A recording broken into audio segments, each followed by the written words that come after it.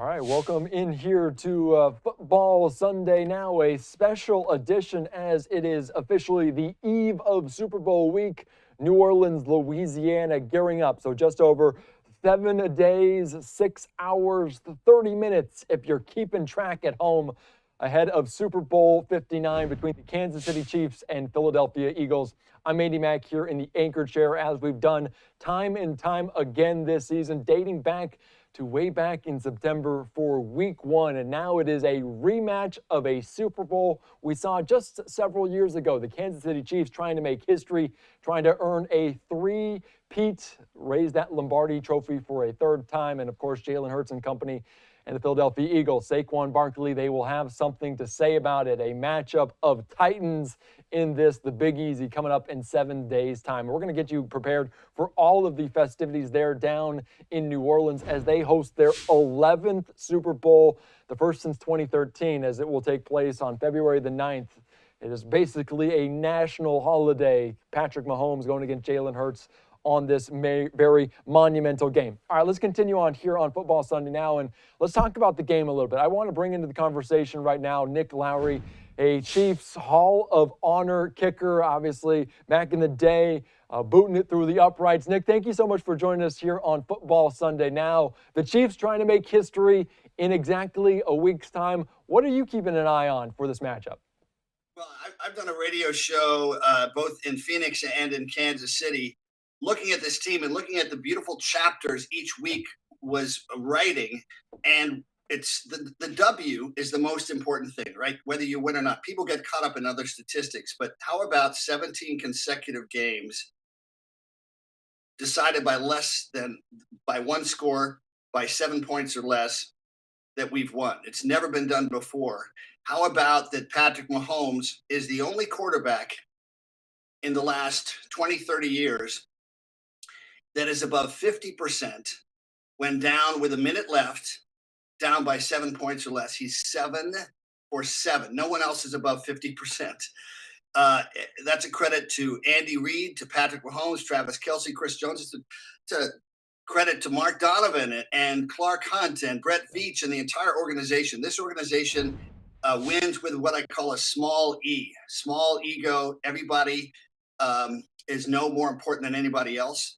And that's why Patrick Mahomes is so magical, because he has this rare combination of tremendous confidence and execution when it matters, but also he's never more important than his teammates. He makes everybody feel included. Travis Kelce does that. Chris Jones does that. They all do that. And then we have a rare defensive coordinator who mirrors Andy Reid that all the players love and are completely loyal to. So we can get into some of the details, why they come through in the final minute, but I've got a few ideas. Yeah, it is so very special to see them time and time again.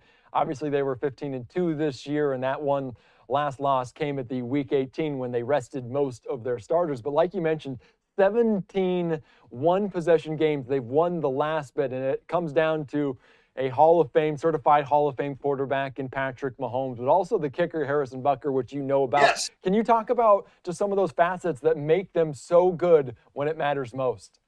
Well, I had two Hall of Fame coaches in Marv Levy, who cut a guy named Jan Stenerud to keep me, and thank God he did. He goes on to his own Hall of Fame career with Buffalo.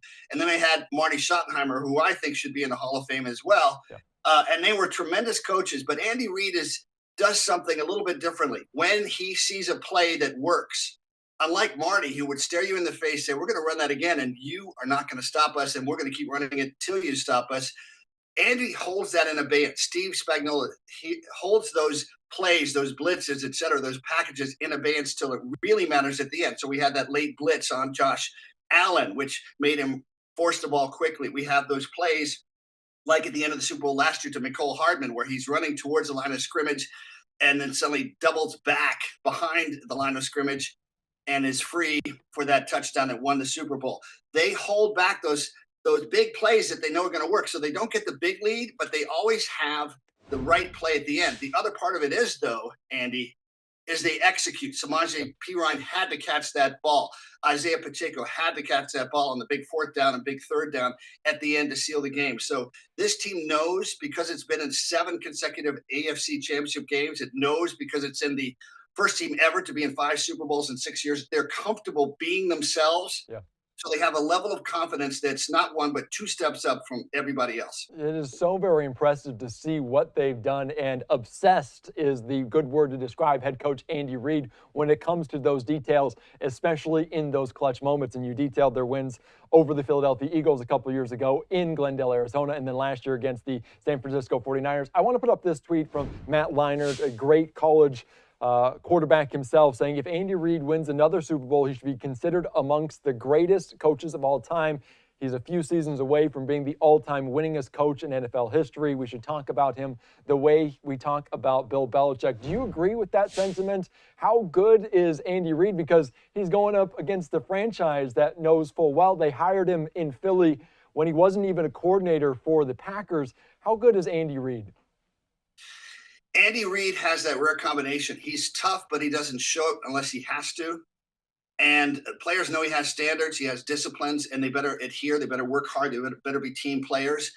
But he also does the rare thing. Don Shula was good at it. The players, the coaches that see the unique buttons they have to push to make you better. But you added a word, amongst. Actually, in that quote, it didn't say amongst. It said the greatest coach of all time. And I have to say, you have to keep winning. Bill Belichick's up there, but Andy Reid is doing things, and frankly, a big part of it, as we know, is Patrick Mahomes, because of his unique combination of confidence and leadership. Travis Kelce coming through as he will on Sunday with big plays. Chris Jones with his pass rush, one of the great players. But it truly is a team, and that's what's so beautiful is football and the NFL is the most popular sport in America, maybe not the world yet, but it's getting there because it is a true team game with a combination of amazing strategy, violence, and grace and athleticism. It's a beautiful thing. The more you watch it, the more you love it. Yeah, maybe I should have used another A word instead of amongst, maybe arguably, because that is the debate that will rage on between him and Bill Belichick if he He continues doesn't care, that. by the way. He doesn't care. No. His ego's not in it. His ego is about, hey, I want to help my players win as people and win on the field, and that's all that matters. He's not counting things. Patrick's not counting statistics. There's only one, as I began this with, the W, the Super Bowl W. Yeah, and they will try to earn a three-peat, which would be historic and not anything to argue about because no other team in NFL history has ever accomplished that. Let's talk about the leg, though, of Harrison Butker, because you have to have a great team in all facets, offense, defense, and special teams. The last 2 Super Bowls, Harrison Butker kicked some very clutch field goals. What do you see from him, and how does he manage to put the nerves aside in the biggest moments to come up clutch? Harrison Butker has great faith in himself and in his creator, if you will. He's 11 for 11 in the fourth quarter in the playoffs and the Super Bowl. And as much as I like to feel I was a pretty good kicker, I was the most accurate kicker in NFL history for 18 years, but this guy's better. He's got a beautiful leg. He's, he stays focused and relaxed.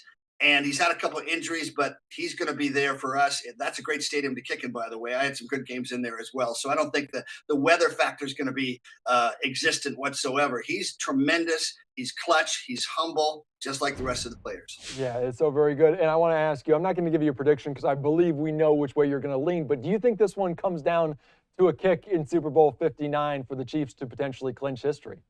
For sure, it comes down to the final drive. That's just the way it always is, whether it's to seal it like we did last week or whether it's to win it, and very likely it's a field goal. So they all have to be ready, and they're comfortable with it. They're used to that. It's so interesting to have watched the criticisms of this team, and I kept saying this is the best worst team in history, right? And they don't just take it up 1 notch, they take it up 2 notches when they know they have to. So they know a certain gear during the season. By the way, Detroit hasn't learned that yet. When you've got the target on your back and your front as the favorite, it's hard. There's so many expectations, including your own. The Chiefs have worked through that. So they know they're comfortable in their own skin. That's where they're going to win. And do you think the pressure will ever, do you think just the idea out there, the three-peat, do you think that will ever get to them? Because we saw a perfect season be eclipsed there. The Patriots tried to have it. They were knocked off by the Giants. Do you think the pressure will ever come to the forefront of the mind for the Chiefs? It's going to be a tough game. Philadelphia is a great team, Yeah. tremendous offensive and defensive lines, great coaching. Jalen Hurts is a tough guy, had a great Super Bowl against us, except for the fumble at the end. Yeah. It could be one turnover that decides the game. So it will be a close game. And you just expect that. You play as if you don't know the script because you really don't. And then you're ready for anything. And that's what's great about the mentality of this team is they're ready for the unscripted last 2-3 minutes of the game. Yeah, they are just so very good when it comes to those winning moments, the little E, as you put it. They put their ego aside. And they come through in the clutch. All right, Nick, before I let you go, I do want to talk about something that's near and dear to your heart. And I want to put up this post here on Football Sunday Now talking about the Project Max Club. And of course, it is for fighting racism, anti-Semitism, and intolerance. Can you discuss what this project is all about? And can you also discuss why it's so very important to you? Well, today, when media seems to take one side or another, it's really important for athletes who have their own, if you will, media stations and social media. They have, a greater stage than they ever did and a greater responsibility to do something with it. If you look at every NFL stadium and field, it says end racism. It takes all of us. And Project Max, its whole purpose is to end racism, end intolerance, end anti-Semitism. So Tony Richardson, my dear Chiefs and Jets teammate, went with me with Eric Rubin, who founded Project Max. We have NBA stars, we have Olympic stars, we have NFL stars. It's a movement. I was lucky to have, I think, the greatest of them all, literally and figuratively, in Muhammad Ali as a next door neighbor for 15 years. There's a guy who showed the high points and the low points of having the guts to stand up for something, not in the ring, but outside. And that's my point is you have a chance outside of the stadium to make a statement. This is important. This is a better choice. And to me, it's about bringing us together as athletes do, transcending everything, race, creed, the meritocracy of the sports field to say everyone deserves dignity. And that's what it's all about. Yeah, that is so very well put. And of course, it's a generational thing to use their voices, use their platform for the common good. All right, Nick, I just wanted to make sure we touch on that. But thank you so much. Thank you. In exactly a week's time, the Kansas City Chiefs, your Kansas City Chiefs, going up against the Philadelphia Eagles. It's going to be a fun one from New Orleans. It is. And New Orleans, I got to put this on just so you know what I was wearing. It's going to be a good one. The Super Bowl is great. New Orleans is great. It's going to be one of the best Super Bowls ever. And we're so blessed to have the Kansas City Chiefs in the air because we are now America's team. Oh, that is so very fun to put it. Of course, Dallas, they would need to win a couple NFC championships or Super Bowls. Thanks so much. Take care, Nick. Thank you. All right. Great conversation there, as always, chatting with Nick Lowery about this. And it's just 7 days' time, 6 hours, 17 minutes until this Super Bowl 59. From there, the Big Easy in New Orleans. So plenty to get to here on Football Sunday Now. I'm Andy Mack. We're back after this.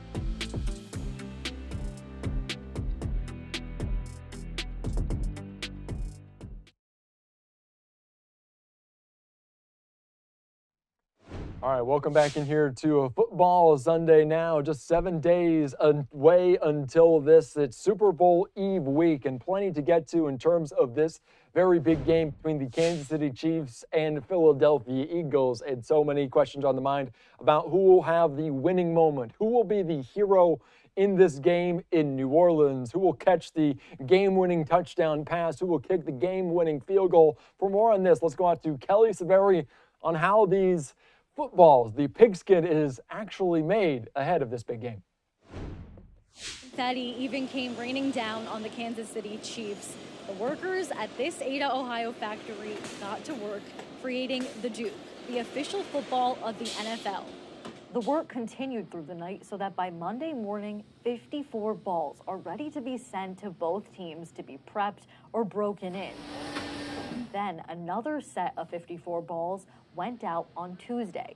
One of the most difficult parts of manufacturing the ball is known as turning.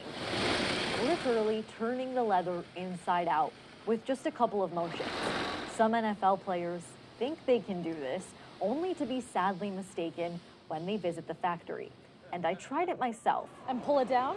They did try to give me some grace by acknowledging that the machinery was much taller than me.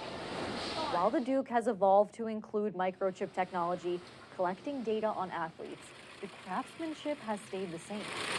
Some of these sewing machines are 80 to 100 years old. Wilson executives and plant leaders we spoke to share the same sentiment.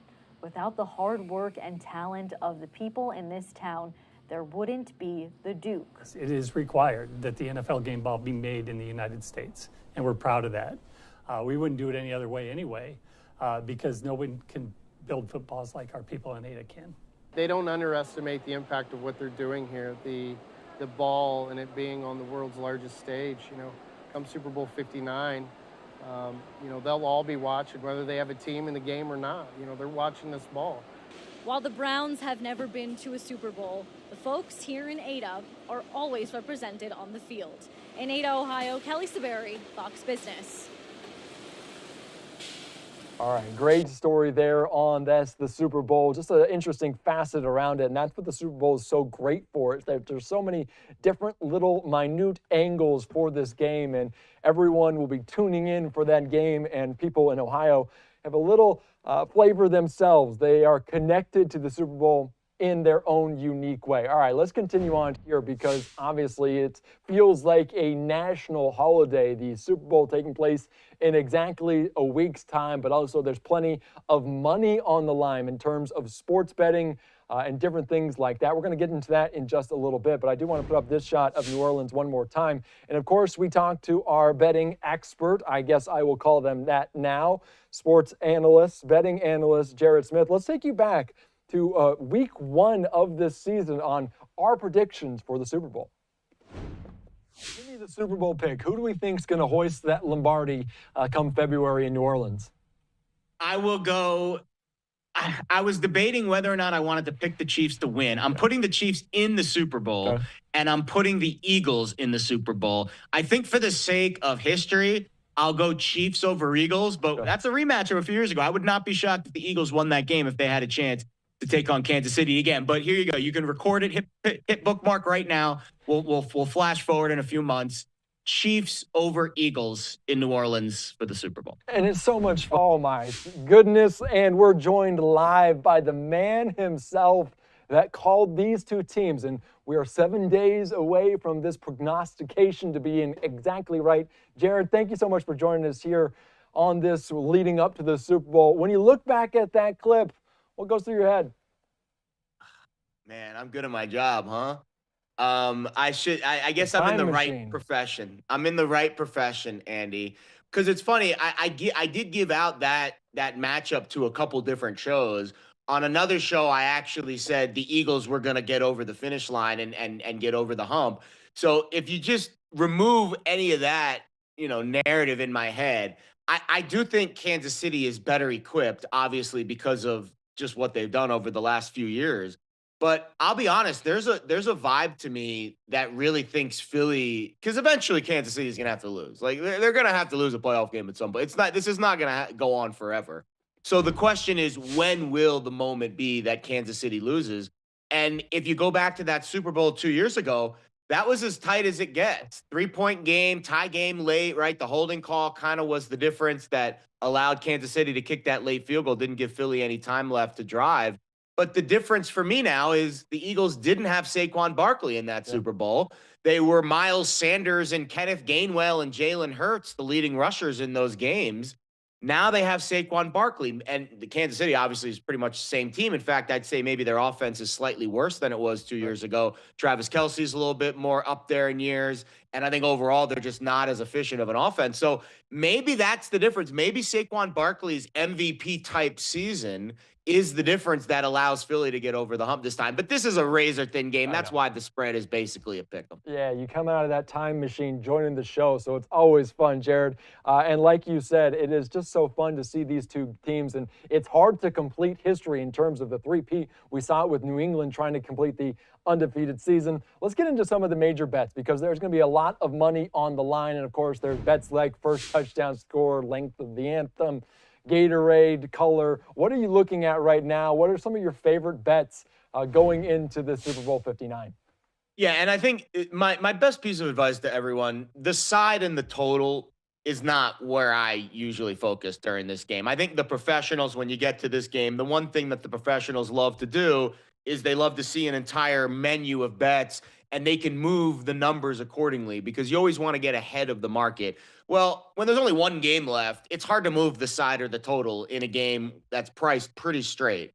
So the prop market becomes very robust. And the one reason that the professionals love the prop market in the Super Bowl is because the books ratchet up the amount of props that they are listing. And if you put more markets out there, odds are there's going to be holes, there's going to be opportunities. So the professionals really look to the prop markets. I'll give you a couple that I always bet every Super Bowl. And these are bets, again, that are really only available during the Super Bowl, which is why I do think they offer some value. The first one, and this is probably my favorite bet for the entire game, the shortest touchdown in the game under 1.5 yards. I usually bet this every Super Bowl. I like it even more this year because of Philly and the tush push. Philly has scored a 1-yard touchdown 15 times this year. There you go. There's the tweet. These are the 3 bets that I bet in every game.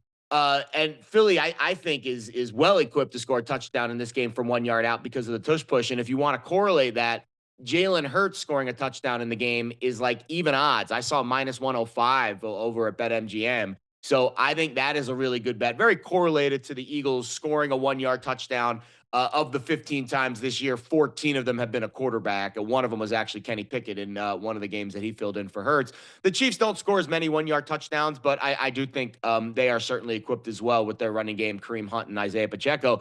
That other one, that second one there, will the score be tied after 0-0? I don't like this one as much now as I have in Super Bowls past.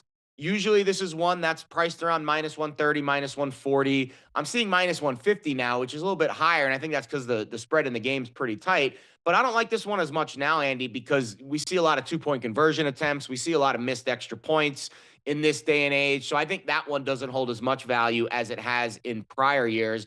That last one, will there be 3 unanswered scores in the game? This one's really juicy. It's like minus 170. But if you go back and look historically, even in low-scoring Super Bowls, remember that Rams-Titans game where Derek Mason's reaching his arm out across the goal line? That game was 23-16. Even that game, both teams scored 3 unanswered times. So those are bets that you don't usually see during the regular season. The pros love those bets during the Super Bowl. That is always so fun, and I'm glad you gave us those trio of bets because the tush push, the brotherly shove, whatever you want to call it, likely will come out in this game. We've seen teams go for it on 4th down so much, so you're probably going to likely see that as well. Are there any bets you don't like that you stay away from? You mentioned kind of the main money line, the over/under, the kind of the general ones we look at. Anything else you want to stay away from? Well, I think the star players, like here's the way I usually look at the star players in the Super Bowl. The public has their say with moving the market. Unlike a game in week 1 or week 5, where it's just like a random game, the Patrick Mahomes prop is probably not going to move a ton because the public's betting it. There's not as much volume on a regular season prop compared to a postseason Super Bowl prop. Props that are high profile star players. even just the regular over in the game, the public likes to bet the over. So what's the strategy? Well, if you like the over, you should bet it early, because over the next week, the public is going to start to bet heavily and heavily and more heavily. And as we get closer to Sunday, that's when the volume will increase. And the odds are the public will move that number up. So if you like the under, well, then you wait until game time. And I think with a lot of the star players, the Travis Kelce's, the Patrick Mahomes, the Saquon Barkleys, those numbers are going to increase over the next week. So if you like the over, bet it now. If you like the under, you wait until literally Sunday at game time, and that's where you'll find the peak value on betting those star players. So I think keeping those things in mind is a great way to strategize, because I probably bet 100 different prop bets over the next, the course of the week. So when I bet them, which one do I bet now? Which one do I late? Like, it's all a puzzle that you have to kind of fit together, because you've got 2 weeks to bet on just one game. Yeah, that is so very true. And you got to get them early before those lines start to move, before the spreads start to move as well. Anything else that you're looking at? Because we got NFL honors coming up this week. MVP might go to a running back for the first time in over a decade. Anything else leading up to this? And maybe also, do you bet on the Pro Bowl? Is that something that we can do?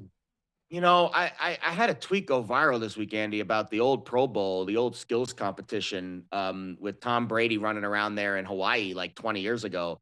And it just made me really nostalgic about what the Pro Bowl has become. I mean, it's really fallen off, what that event has become. I'm not a big fan of betting the Pro Bowl. Even when it was in its heyday, I think it's a tough event to bet, because you've really got to know what the rotation of players is. Like, anytime you have like 3 or 4 waves of players that are going to come in, it's just really hard to kind of figure out what the vibe of the game is going to be. And you can have one situation and all of a sudden things completely change. The NFL honors is interesting. I'm sitting on a Saquon Barkley 30-1 offensive player of the year ticket that is looking like a cash. I think Kevin O'Connell is going to win coach of the year. Now, these are things you can't bet on now, because the markets have closed. But I do think Kevin O'Connell is going to win coach of the year. And I think that's going to cause some controversy, because people are going to say, well, how come Dan Campbell's not going to win it? Yep. And I think it goes back to what the voters tend to do, which is if your win total is really high going into the season, like the Lions was 10.5, you're not going to win coach of the year. You're expected to have an 11-12 win season. Whereas Kevin O'Connell and the Vikings had a 6.5 regular season win total, and they won 14 games. Vastly exceeded expectations. So it's going to be a good week for Saquon. I think Lamar might win MVP, at least based on the way the AP votes shook out. I think Lamar might steal MVP from Josh Allen, but Saquon's definitely going to win player of the year on the offensive side, and it's going to be a really good night, I think, for Kevin O'Connell and the Vikings. Yeah, I think the MVP is the one everyone's looking toward, because Josh Allen, Saquon, both very deserving. But what Lamar did this year, man, that guy just continuing to add up those numbers through the air and on the ground. All right, Jared, any parting words? 7 days away from the Super Bowl. Anything else you got for us before I let you go? I got to go with that prediction. I mean, honestly, that's one of the better predictions that I've made in a long time. So save that, bookmark it for next year. If the Chiefs do end up winning, I feel like I'm Peter Schrager now. I've got to come back and defend my title. He makes the prediction at the beginning of every year who's going to win the Super Bowl. That's a pretty damn good prediction right there, if I do say so myself. The Illuminati, Jared Smith, always a pleasure talking with you here on Football Sunday Now, the eve of Super Bowl week. I appreciate it, my man. We'll talk again very soon. Good luck next week, Andy. All right. Thank you so much. Great conversation there as always, Jared. Dropping some knowledge in terms of betting, because so much money on the line coming up in New Orleans, 7 days time. So much excitement about this game there in New Orleans, Louisiana. Coming up in just a little bit, we're going to get into some of the festivities going down in the Big Easy. They like to party. They have a good time leading up to the Super Bowl week. And there are just so many festivities over the next 7 days. It is an event in and of itself, with the game capping off the monumental week. All right, I'm Andy Mack here on Live Now from Fox on Football Sunday Now. We're back after this.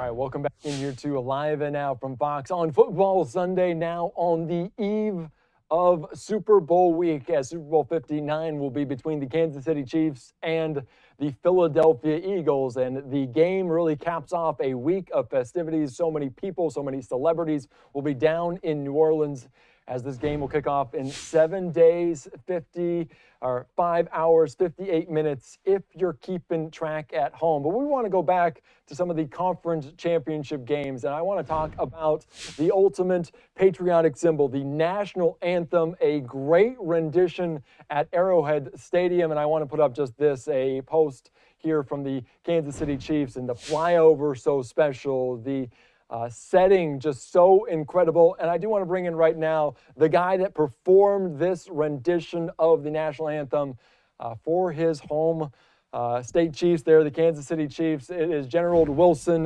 retired Navy Petty Officer, first class.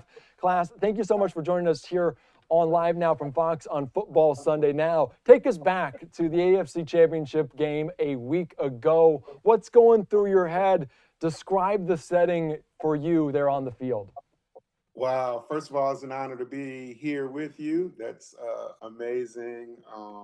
Andy, I have to say the atmosphere when it comes to AFC Championship games, just the atmosphere when it comes to Chiefs Kingdom in itself is amazing. But when it comes to AFC Championship games, it takes it to it seems like a whole nother level, which you didn't think it would possibly could happen, where the crowd is going bananas even before the game starts. It's like I was walking out from the tunnel for the pregame ceremony, and you could just hear people just going crazy, and people that I didn't know knew my name was Gennaro, hey Gennaro, and it's like wow. So they are very hyped, and it was a great atmosphere.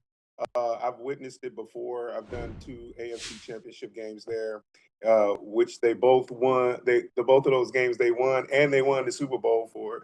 So I guess it was good. I'm supposed to be their good luck charm, but I don't look at it that way. These young men, I say they're young men because of course I'm a lot older than they are. They prepare each week for these, strategies, strength.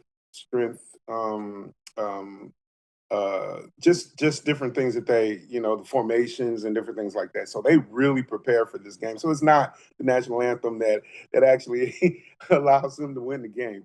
But I'm telling you, it is, if you've ever been on the field, even in the crowd, you pretty much know that this stadium, this group of fans are radical for their Chiefs, Chiefs Kingdom. Yeah, it is so very special, and I think we will be okay calling you the good luck charm because you also set the tone for these games. I know you're a big Chiefs fan. Do you put a little bit extra knowing it's Arrowhead, knowing it's the team that you root for?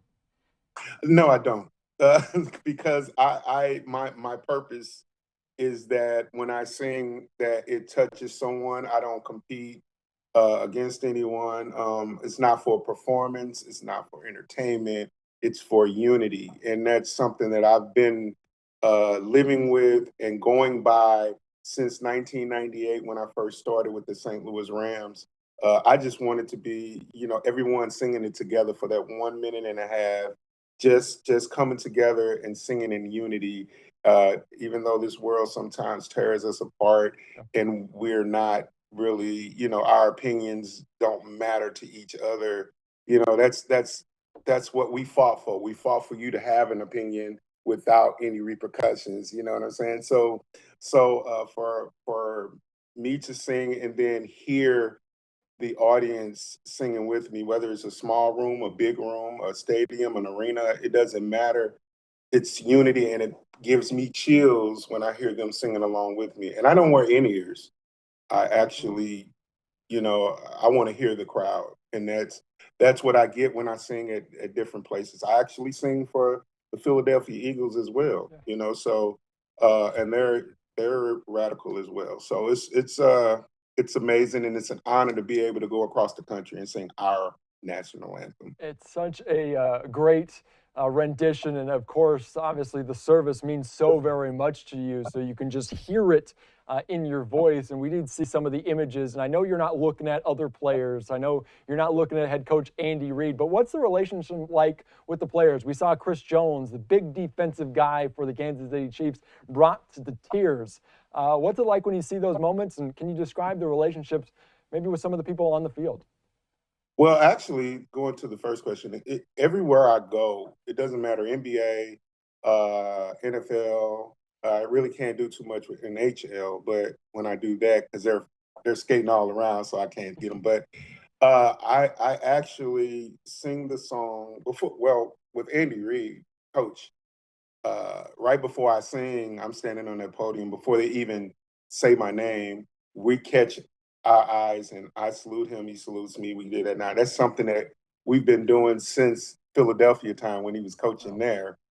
So and then after I'm done, it's everywhere. I shake hands with everybody. They come up to me as I'm walking off the field or off the court, the players and everybody. So it's amazing to be able to that they show that love to a little old person like me, but as far as the emotion that you see with the big fellas and even the younger guys and the kids, you see, I get videos from parents that show their kids in front of the TV, with their hands over their heart. Kids, man, I'm like, they're like 10, 11. Even one young lady was singing along with me. Like, it's like, wow, this is where we want to be.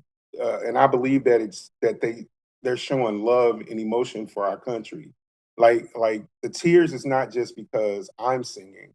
If you look at Chris Jones, when anyone sings our national anthem, he's tearing up, So it just shows his patriotism for our country, our servicemen, not just our servicemen, but our police officers and our firefighters as well, our servants in the United States. And it just shows that they love our country, and even the issues that we may have, they may be focused on it. I don't know, but that emotion just shows me their patriotism for our country, the United States. Yeah, so very unifying to see everyone come together before they have to be those competitors, those big guys, the violent actors that they are on the field. And of course, you performed thousands of times at different, like you mentioned, some of the biggest stage, the World Series, Indy 500, NCAA championships.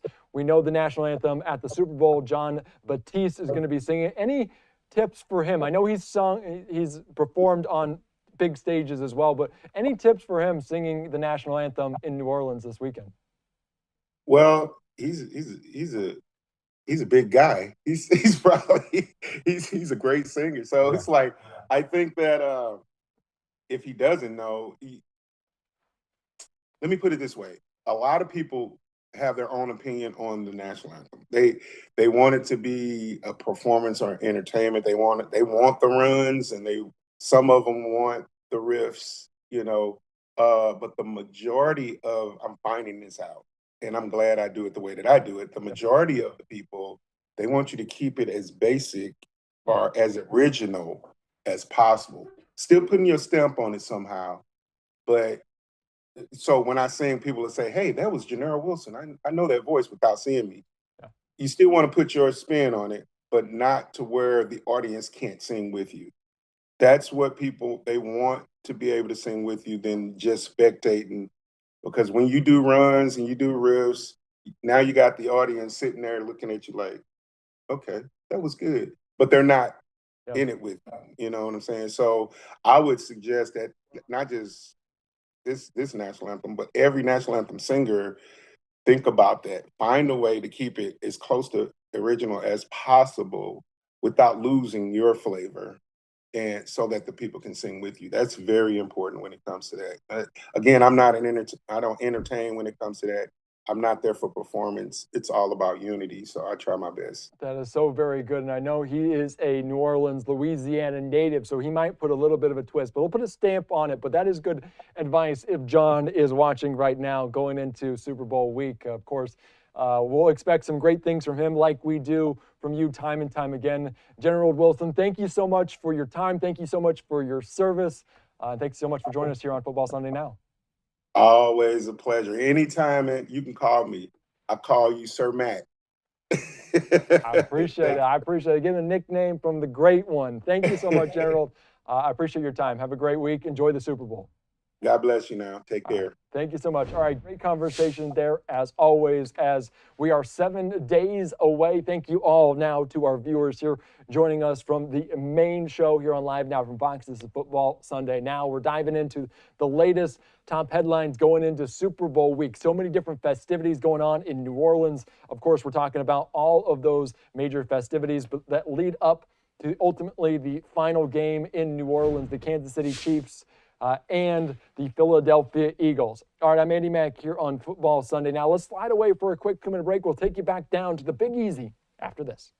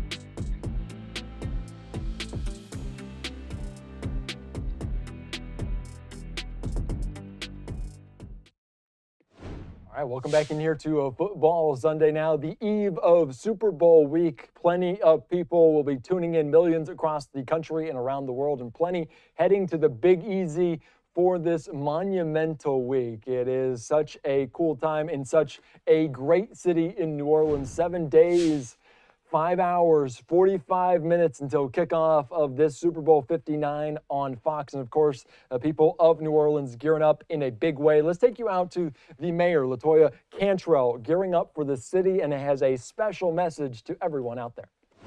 Hi, New Orleans. This is your mayor, LaToya Cantrell, and I am thrilled to invite Super Bowl fans from all over the globe to our world-class city as we prepare for one of the biggest events of the year, Super Bowl 59. This is our moment. The people of New Orleans, we are ready. We are ready to welcome you and show you some Super Bowl love like only the city of New Orleans can do. The people of New Orleans, we are MVPs.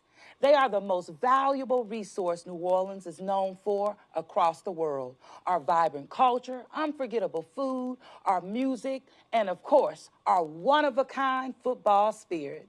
So whether you are here for the game, the tailgates, the iconic city vibes, we're ready to show you why NOLA is world class. Now it's time for me to hand the ball off to our Super Bowl coach, the one and only Joe Threat. Whoa, nice pass, Madam Mayor. This Deputy CAO Joe Threat, and we're coaching up our Super Bowl team, that's Super Bowl Mardi Gras for the big game, Super Bowl 59. Thanks to all my federal, state partners who made this an incredible team for a record time 11th Super Bowl in New Orleans. Naturally, we'd like to see our New Orleans Saints, who that nation, show up in the game. This year didn't happen, but on second, as a backup, I'm going with my home team with the Kansas City Chiefs. So roll on time. It's going to be a sea of red rolling into this city next week. Philadelphia, put on your green and come on down, or the dome's going to be full of red, and you might not be able to handle that. Come down and enjoy a good time in New Orleans, Louisiana. This is our time. And New Orleans will showcase the best of the best for Super Bowl 59. We are ready. We ready. Come on down. We ready. We ready. We ready. All right, it is showtime, a festive kickoff to the week as it will begin Super Bowl week, as so many just to talk about in terms of festivities. And what a great city with the Kansas City Chiefs and the Philadelphia Eagles, two great fan bases coming to New Orleans for all of what Super Bowl week has to offer. All right, let's continue on with this conversation because the Big Easy going to be a special place this week, the epicenter of all of this for the football universe, but also celebrities and whatnot. We're going to be joined right now by New Orleans City Council member Leslie Harris. Leslie, thank you so much for joining us here on Football Sunday Now. And I know the city of New Orleans has been preparing for this moment for years on end. It's the 11th time New Orleans has hosted the Super Bowl, the first time since 2013. What's the vibe right now in New Orleans? How excited are we to get Super Bowl week going? Well, we're ready. We're ready to go as a city. We are a secure city. We have our NOPD out and about, as well as state and federal law enforcement. And so it's a very safe city. The vibe is very upbeat. But I have to disagree with Joe Threat there. I'm rooting for the Philadelphia Eagles, although I do have my black and gold on today. All right, that is very good. And of course, just looking there at the skyline as the Superdome gearing up for this. And we do love a little competitiveness here on Football Sunday Now. So that is very fair, and everyone will have their opinion, either the Chiefs or the Eagles or whatnot. But let's talk about the festivities leading up to the game. The game will cap off really a very big week. What are you looking at in terms of the events that people can attend? There are events every single day, starting today. Actually, there's an event tonight. And so we have a parade. I'll be in the parade. Other officials and folks will be in the parade. And there are just things to do every single day and night, starting today. And so people can go to the convention center. I know that the NFL is set up there. There are people set up in Champion Square, which is right outside the Superdome. Poydras Street is sort of closed off. So I would encourage people who are coming down to just double check social media and the traffic patterns, because we need to make sure that people can get where they're going. But right now it's a very pedestrian feel and people are just really excited. Yeah, that is so very fun. And of course, you don't necessarily have to go to the game to enjoy what's going on there. I do want to put up just this, a post on social media from you talking about the city of New Orleans, reminding of the implementation of additional street closures, phases in advance of Super Bowl 59. Can you talk a little bit more about that? And if people are going to the game or going to the parade, different festivities, what would your advice be to them? Yeah, again, you can check my social media or the city's social media to make sure that the streets are open. There is a hub that is right behind City Hall. That is a transportation hub where you can get dropped off and picked up by Uber or Lyft or other car services. So, and that is not far from the Superdome. We're ready to go, and we've been planning this for a very long time. And I think that the city is in good shape. The city of New Orleans knows how to throw a party. We do this every year and have for over 100 years for Mardi Gras, which comes on the heels of Super Bowl. So we're ready to go. Yeah, and you mentioned New Orleans knowing how to host a parade, have a parade. Let's get into that on Saturday night. I know you're going to be in it, but what's it entail, and does it really resemble Mardi Gras in any way? It will, yeah, of course. We'll probably be using some floats that are repurposed from some Mardi Gras crews. It's exactly like Mardi Gras. And when you think about Mardi Gras, it's one of the greatest parades on earth. It's not just one day, but it's over the course of 2 weeks. So if you think about one Super Bowl parade versus 2 weeks of parade, we're ready to go.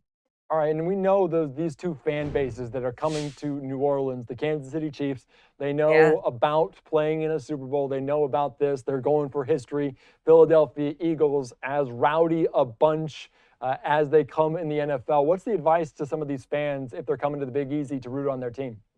Ooh, well, number one, take it easy, hydrate, drink a lot of water, and just make sure, you have fun. And we're always here. If you see something, say something for sure. We'll have officers staged throughout the city. So if you need any help, we're here to assist. But just make sure you hydrate, make sure you take it easy. It is a marathon and not a sprint. And I know there will be some Swifties out there looking to see if Taylor Swift shows up. So just again, just pace yourself. That's what we have to do in New Orleans. When you come visit, make sure you're pacing yourself. Yeah, making sure you're taking it safe, being safe there and enjoying the festivities, but also making sure you're doing well. My last question, and one of my last questions before I let you go, I would be remiss not to ask about what happened on New Year's Eve, New Year's Day, and the tragedy that struck on Bourbon Street. Can you talk about the security, how maybe they've enhanced since that moment, and just how you're embracing the fact that you're making people feel safe in New Orleans? Yeah, so the French Quarter is very much pedestrianized now. The bollards are back up.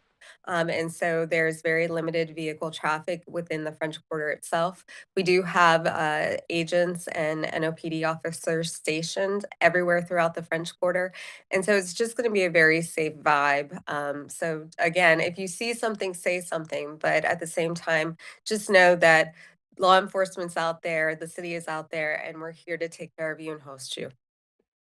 Is there any advice for people out there that might be apprehensive, that are coming to the city and nervous about going to Bourbon Street? Any words from you about that? Listen, that was an anomaly that happened. Again, the city of New Orleans has thrown events for hundreds of years. And so, that was an event that could not have been prevented with what we had. So, again, we have enhanced security, we've enhanced bollards and everything else. And so we're ready to go. All right, ready to go. Leslie Harris, thank you so much for joining us. Like you mentioned, the events kick off tonight. They'll go throughout the week leading up to the big game on Sunday. I appreciate your time. Enjoy the week there in New Orleans. Thank you. All right, thank you so much. Great conversation there as always. As we're looking forward to an exciting week and an exciting game coming up in 7 days' time there in the Big Easy. A live look there one more time.